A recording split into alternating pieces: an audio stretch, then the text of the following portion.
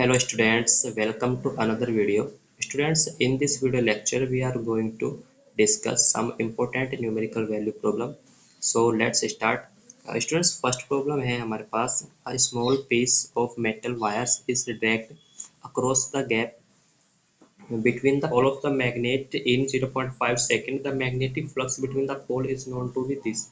Okay so यहाँ पे हमको क्या फाइंड आउट करना है, estimate the EMF induced in the wire, यानी क्या वायर में इंड्यूस्ड ईएमएफ की वैल्यू हमको कैलकुलेट करनी है। ठीक है, सो देखिए हाँ, सबसे पहले न्यूमेरिकल वैल्यू प्रॉब्लम सोल्व करने का जो तरीका है वो मैं आपको बता देता हूँ। देखिए स्टूडेंट, सबसे पहले हमको गिवन वैल्यू लिखनी होती है। ठीक है, जो वैल्यू हमारे पास गिवन है, हमको क्वेश्चन में दी गई है, उनको हम लिख लेते हैं। तो हमारे पास यहाँ पर क्या दिया हुआ है, हमारे पास यहाँ पर टाइम की वैल्यू दी हुई है। ठीक है, सो ये हो जाएगा D T is equal to 0.5 second, और यहाँ पर हमको दिया गया है यहाँ पर डी फाइव। ठीक है, सो ये यहाँ पर हमारे पास है 8 इंटू 10⁻⁻⁴ वेपर। सो यहाँ पर हमको ई फाइंड आउट करना है। ठीक है, ई बोले तो इंड्यूस्ड ईएमएफ यानी का इलेक्ट्रोमोटिव फोर्स।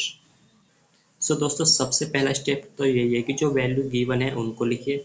सेकंड स्टेप ये है कि जो वैल्यू गिवन है और जो वैल्यू फाइंड आउट करनी है हमको, उनके बीच कोई रिलेशन, कोई एक्सप्रेशन, कोई फॉर्मूला अगर आपके याद है तो उसको लिखिए। ठीक है, सो स्टूडेंट्स, जैसे कि हम सभी बच्चे जानते हैं कि फ्रॉम फैराडेज लॉ, यानी कि फैराडे का जो नियम है वो कहते हैं कि E equal to minus D five over D T, यानी का इंड्यूस्ड ईएमएफ हमारे पास होता है नेगेटिव रेट ऑफ चेंज। ठीक है, इन मैग्नेटिक फ्लक्स। सो यहाँ से हम इसको अप्लाई करेंगे तो हमारे पास हम क्या लिख सकते हैं दोस्तों, हमारे पास हो जाएगा, हमारे पास गिवन वैल्यू है डी फाइव भी है और डी टी भी है। सो वैल्यू पुट करेंगे, then finally you will get 8 into 10⁻⁴ into 10 upon 0.5। देखिए ये 0.5 है, यहाँ से ये पॉइंट हटाओगे तो ऊपर 10 से मल्टीप्लाई करनी पड़ेगी। ठीक है, और ये वैल्यू तुम्हारे पास गिवन है, ये भी गिवन है। ठीक है, so when you will solve this, से आ जाएगा 5 टू जा 10, 2 टाइम्स जाएगा, और 8 टू जा 16। ठीक है, और ये 10⁻⁻⁴ है, एक पॉइंट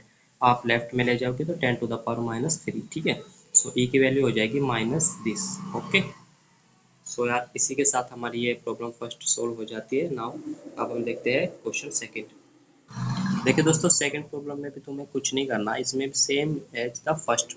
ठीक है, ये भी पहले क्वेश्चन के तरीके से ही है, इसमें भी सेम फॉर्मूला अप्लाई होगा, E equal to D five और डी टी। देखिए मैग्नीट्यूड की बात करें, यहाँ पर माइनस आता है दोस्तों। माइनस क्या शो करता है, माइनस डायरेक्शन शो करता है। ठीक है, मैग्नीट्यूड तो सेम ही रहेगा। ठीक है, सो यहाँ पर हमारे पास फाइव दिया हुआ है as a function of T, यानी का टाइम के फंक्शन की फॉर्म में हमारे पास फाइव की वैल्यू है। फाइव बोले तो मैग्नेटिक फ्लक्स। ठीक है, सो रख दीजिए यहाँ पर। इसका हमको क्या करना होता है, डेरिवेटिव करना होता है स्टूडेंट्स। ठीक है, तो जब हम इसको डेरिवेटिव करते हैं तो हमारे पास क्या आता है, देखिए 3t² और इसका टी के रिस्पेक्ट में डेरिवेटिव करना है। सो हमारे पास आ जाएगा 6t, यानी का 3 टू 6t प्लस 4t का 4 हो जाएगा, और 1 यानी का कांस्टेंट का डेरिवेटिव होता है 0। ठीक है, सो हमारे पास वैल्यू आ गई 6t प्लस 4, और हमको एक कहाँ पे कैलकुलेट करना है, हमको t is equal to 2 second पर हमको कैलकुलेट करना है। सो यहाँ से अब मैं t की वैल्यू 2 रखूँगा तो 6 2 जा 12 plus 4 is equal to 16। Okay students, so answer will be 16। ठीक है, या आप इसको ऐसे लिख सकते हैं 1.6 into 10⁻⁻2 volt. Okay students, now students अब हम देखते हैं क्वेश्चन नंबर थर्ड। सेम है ये भी, इसमें भी हमारे पास फाइव की वैल्यू गिवन है, और इसमें भी हमको ई की वैल्यू फाइंड आउट करनी है दोस्तों।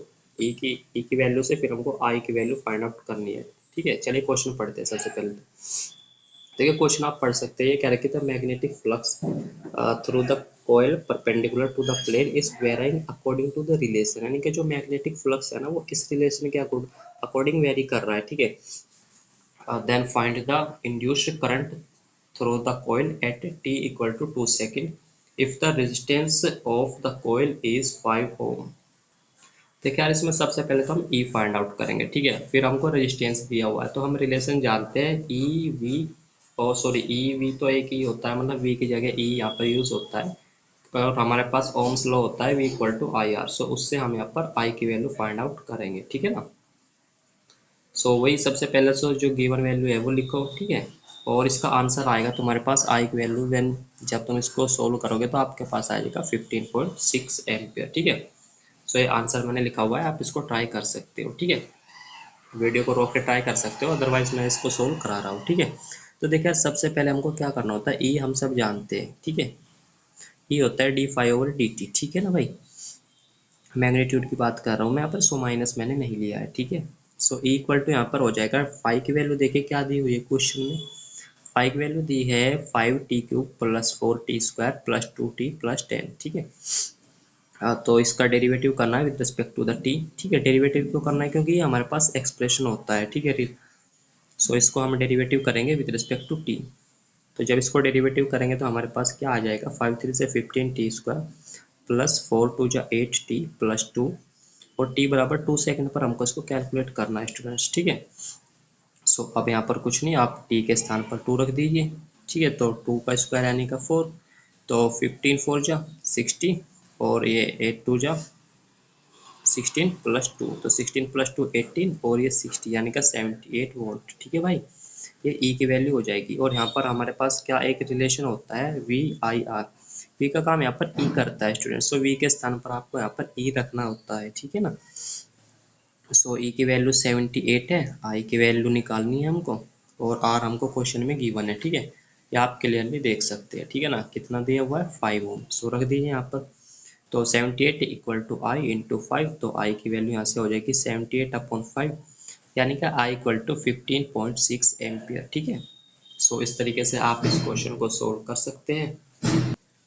सो अगेन समझिए स्टूडेंट्स, एक और बार मैं इसको रिपीट कर देता हूँ। देखिए क्वेश्चन में क्या कहा था, क्वेश्चन में इसने हमसे कहा था कि भाई magnetic flux through the coil perpendicular to the plane is varying according to this relation, okay. यानी कि इस रिलेशन के अनुसार मैग्नेटिक फ्लक्स किसी कॉइल का परपेंडिकुलर प्लेन में क्या कर रहा है, वेरी कर रहा है। तो फाइंड द इंड्यूस्ड करंट, हमको यहाँ पर करंट फाइंड करना है, ठीक है ना। करंट बोले तो आई का मान हमको निकालना है, ठीक है। बट डायरेक्टली आई और फाई में तो हमने रिलेशन नहीं पढ़ा, हमने रिलेशन पढ़ा है d∅ और e, यानी का जो फेराडेस का जो लॉ है वो कहता है कि E = d∅ और dt, यानी का इंड्यूस्ड ईएमएफ किसके इक्वल होता है, वह निगेटिव रेट ऑफ चेंज होता है किसके अंदर, मैग्नेटिक फ्लक्स के अंदर। सो यहाँ पर तो हम मैग्नीट्यूड की बात करेंगे, सो साइन को तो आप प्लस ही रखेंगे, ठीक है, मैग्नीट्यूड के लिए, ओके। साइन क्या डिनोट करता है स्टूडेंट, साइन डिनोट करता है कि वो डायरेक्शन को, ठीक है ना, कि डायरेक्शन अपोजिट होती है, इतना शो करता है साइन। मैग्नीट्यूड हम फाइंड आउट करते हैं, फाई का जो मैग्नेटिक फ्लक्स दिया हुआ है उसका डेरिवेटिव करने के बाद हमारे पास ई आ जाता है, इंड्यूस्ड ईएमएफ। और इसने हमको आई कैलकुलेट करना है ना, इसने हमको एक और चीज दी है, इसने हमको आर रेजिस्टेंस दिया हुआ है स्टूडेंट्स, ठीक है। सो रेजिस्टेंस की मदद से हम आई, इसमें आई करंट की वैल्यू फाइंड आउट कर सकते हैं, ठीक है ना। सो सबसे पहले हम क्या करेंगे, जो पता हुआ है, जो हमको पता है रिलेशन, उसकी मदद से जो वैल्यू हम निकाल सकते हैं उसको निकालते हैं। फिर देखते हैं जो वैल्यू निकालनी है, जो वैल्यू आ गई है, दोनों के बीच कोई रिलेशन है, कोई एक्सप्रेशन है, सो उसका यूज करते हैं। यस हमारे पास ये है। सो इसमें जब हम वैल्यू रखते हैं तो आई की वैल्यू हमारे पास आ जाती है 15.6 एम्पियर, ठीक है ना। सो इस तरीके से इस तरीके के क्वेश्चन को हम सोल्व करते हैं। अब हम देखते हैं नेक्स्ट क्वेश्चन। सो यार क्वेश्चन नंबर 4 है हमारे पास।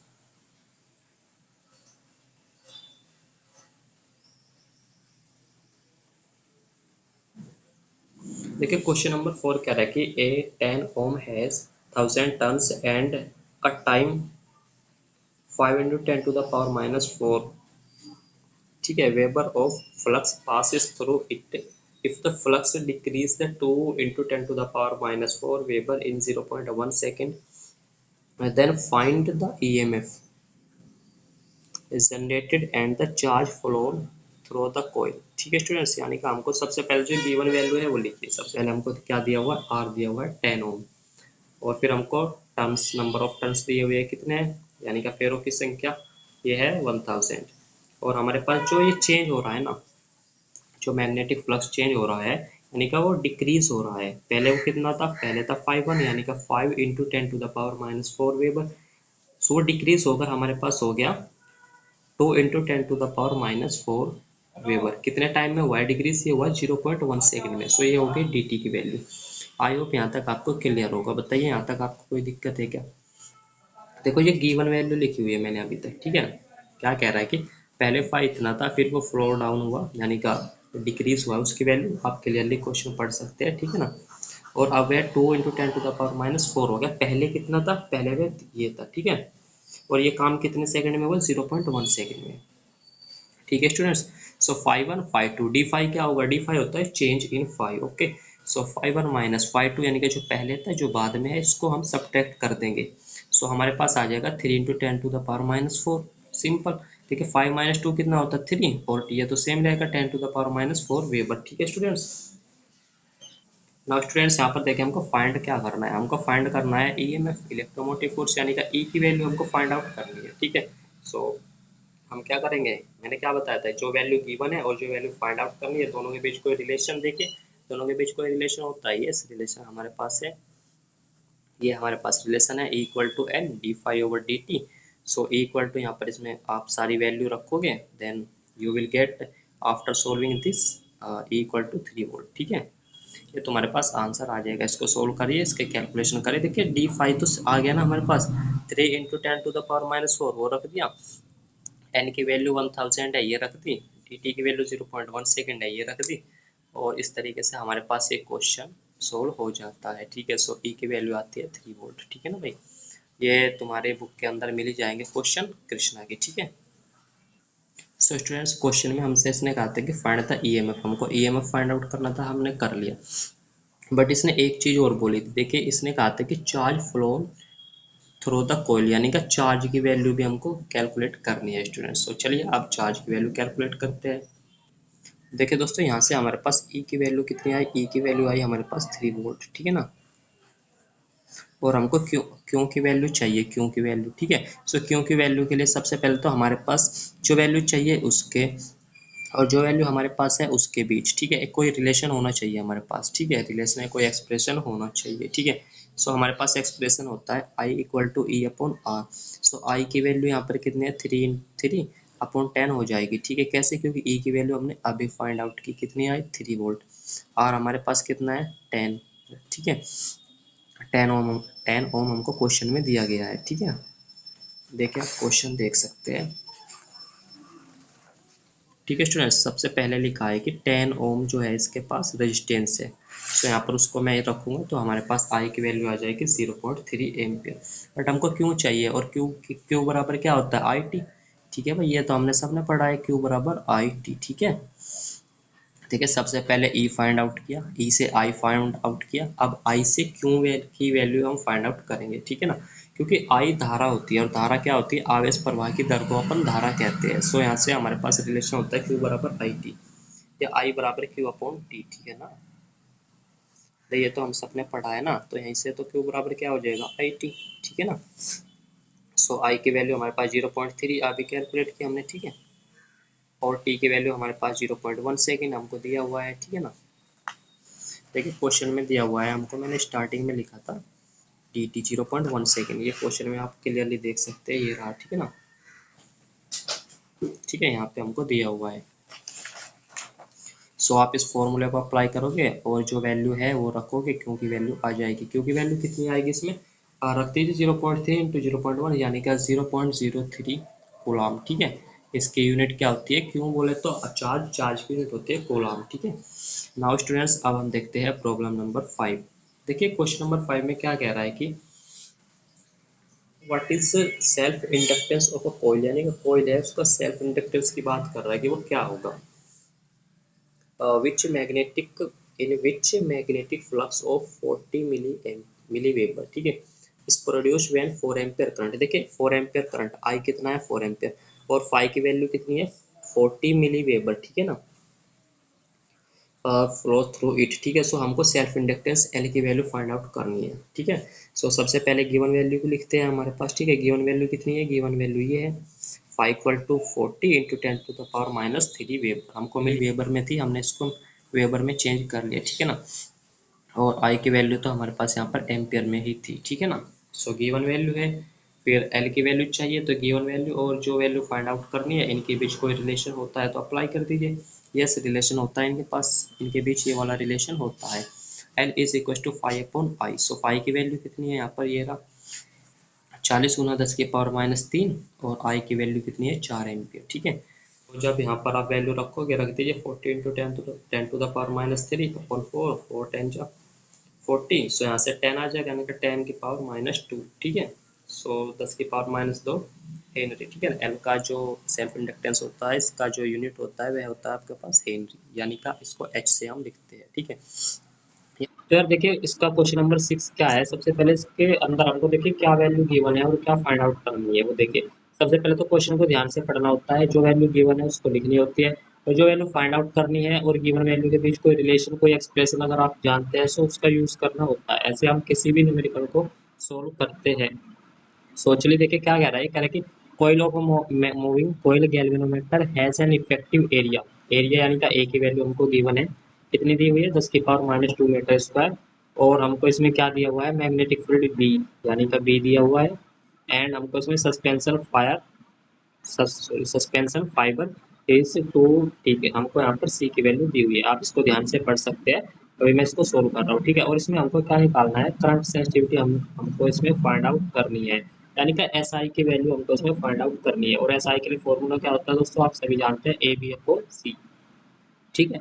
इससे प्रीवियस लेक्चर के अंदर हमने ये सब टॉपिक अच्छे से कवर किए हैं। ये जो तीनों डेफिनेशन है, current sensitivity, charge sensitivity end voltage sensitivity, हमने इन तीनों को अच्छे से कवर किया हुआ है, ठीक है। और कंप्लीट प्लेलिस्ट का लिंक आपको डिस्क्रिप्शन में मिल जाएगा, सो वहाँ से आप देख सकते हैं। चलिए अभी इस वीडियो लेक्चर को स्टार्ट करते हैं, ठीक है।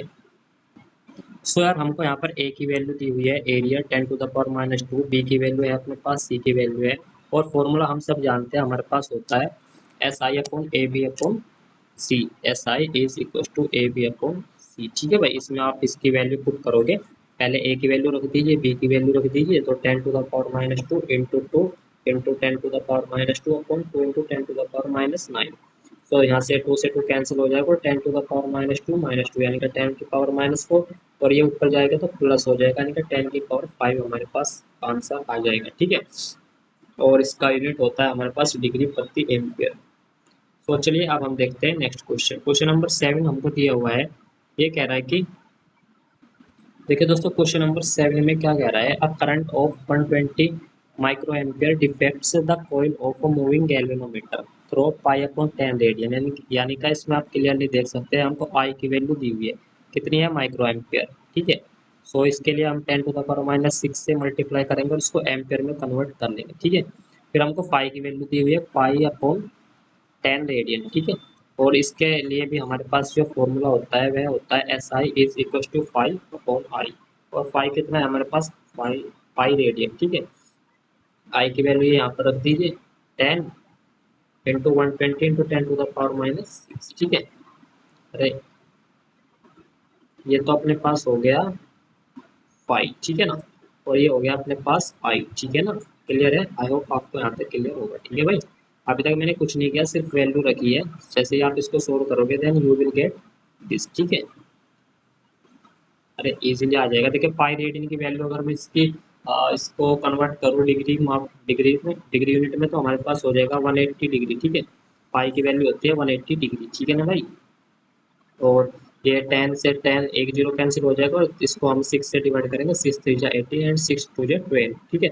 सो हमारे पास आ जाएगा यहाँ से 3/2 10⁻⁻5 हो जाएगा, ये ऊपर जाकर 10⁵ बन जाएगा। सो 3/2 यानी कि 1/5। सो एस आई की जो वैल्यू हो जाएगी हमारे पास वह हो जाएगी S I is equal to 1.5 into 10⁵ degree प्रति एम्पीयर, ठीक है। तो इस तरीके से इस क्वेश्चन को भी अपन सोल्व कर लेते हैं। अब देखते हैं नेक्स्ट क्वेश्चन को। तो दोस्तों नेक्स्ट क्वेश्चन में ये कह रहा है कि कैलकुलेट द म्यूचुअल इंडक्टेंस, ठीक है, between two coil when current of 2 ampere changes of 6 ampere in 2 second, यानी का एक करंट है जो 2 सेकंड के अंदर 2 एम्पियर से 6 एम्पियर हो जाता है, ठीक है। यानी कि डी आई की वैल्यू तो यहाँ से निकल जाएगी, कितनी हो जाएगी 6 - 2 यानी का 4, ठीक है, 4 एम्पियर, ठीक है भाई। और इसमें हमको क्या दिया हुआ है, इसमें हमको एक चीज और दी है यहाँ पर, मैंने आप लास्ट लाइन में देखिए, N E M F is 20 milli volt, यानी का ई की वैल्यू हमको दी गई है कितनी 20 मिली वोल्ट, ठीक है। जब आप इसको कन्वर्ट करोगे वोल्ट में तो ये हो जाएगा 2 इंटू 10⁻³ वोल्ट। और इसमें हमको क्या कैलकुलेट करना है दोस्तों, इसमें हमको एम की वैल्यू कैलकुलेट करनी है, ठीक है ना। एम की वैल्यू बोले तो म्यूचुअल इंडक्टेंस, ठीक है, दोनों कॉइल के बीच में जो म्यूचुअल इंडक्टेंस एम होगा उसकी वैल्यू हमको फाइंड आउट करनी है। तो सबसे पहले वही बेसिक चीज़ें क्या होता है, देखिए किसी भी न्यूमेरिकल वैल्यू प्रॉब्लम सोल्व करने के लिए आपको ध्यान रखना चाहिए, सबसे पहले जो गिवन वैल्यू है उसको लिखिए, ठीक है। और जो फाइंड वैल्यू करनी है उसको लिखिए और उसके सामने आप ऐसे क्वेश्चन मार्क लगा दीजिए। फिर देखिए जो वैल्यू गिवन है और जो वैल्यू फाइंड आउट करनी है, इन दोनों के बीच में कोई एक्सप्रेशन, कोई रिलेशन अगर आप जानते हैं तो उसको लिख लीजिए। हम यस हम यहाँ पर जानते हैं कितना है, M is equal to E upon D I over D T. क्योंकि ई क्या होता है, ई होता है दोस्तों M into D I over D T, ठीक है। सो यहाँ से एम की वैल्यू ये हो जाएगी और यहाँ पर रख दीजिए, ई की वैल्यू रख दीजिए और D I over D T का मान आप रख सकते हैं। देखिए डी आई कहाँ से निकालोगे आप, पहले इसमें क्वेश्चन में साफ साफ आएगी, जो करंट है वो 2 एम्पियर से चेंज होकर 6 एम्पियर हो जाता है, यानी का आई टू 6 आई वन 2, तो डी आई आ जाएगा 4 एम्पियर, डी टी आ जाएगा 2 सेकंड, इसने दिया हुआ है 2 सेकंड के अंतर पर, ठीक है। तो यहाँ से जब आप वैल्यू पुट करोगे then you will get M is equal to 2 into 10 to the power minus 3 upon 4/2। 4 कितना है डी आई, ठीक है, 4 है यहाँ पर डी आई, और डी टी कितना है 2 सेकंड। सो यहाँ से 2 आएगा, 2 से 2 कैंसिल, और ये हो जाएगा 10 टू द पावर माइनस 3 से 10 to the power minus 2 henry, ठीक है। सो एम की वैल्यू आ जाएगी तुम्हारे पास यहाँ पर 0.01 हेनरी, ठीक है। सो यार इसी के साथ हमारी ये प्रॉब्लम भी सॉल्व हो जाती है, और इसको हम इतने न्यूमेरिकल्स, ठीक है, आप अपने बुक से अपनी प्रैक्टिस कीजिएगा, ठीक है। और आज के इस वीडियो लेक्चर को हम यहीं तक रखते हैं, ठीक है भाई। इसके बाद हम नेक्स्ट यूनिट लेकर आएंगे मंडे से, तो नेक्स्ट यूनिट स्टार्ट करेंगे बहुत जल्दी। तो ठीक है यार, आज के इस वीडियो को यहीं तक रखते हैं, मिलेंगे नेक्स्ट वीडियो में नेक्स्ट टॉपिक के साथ, एक नई ऊर्जा के साथ। Thank you, thanks for watching मी। अगर आपने यहाँ तक देखी है और देखी होगी तो डेफिनेटली आपको समझ आया होगा, ठीक है भाई।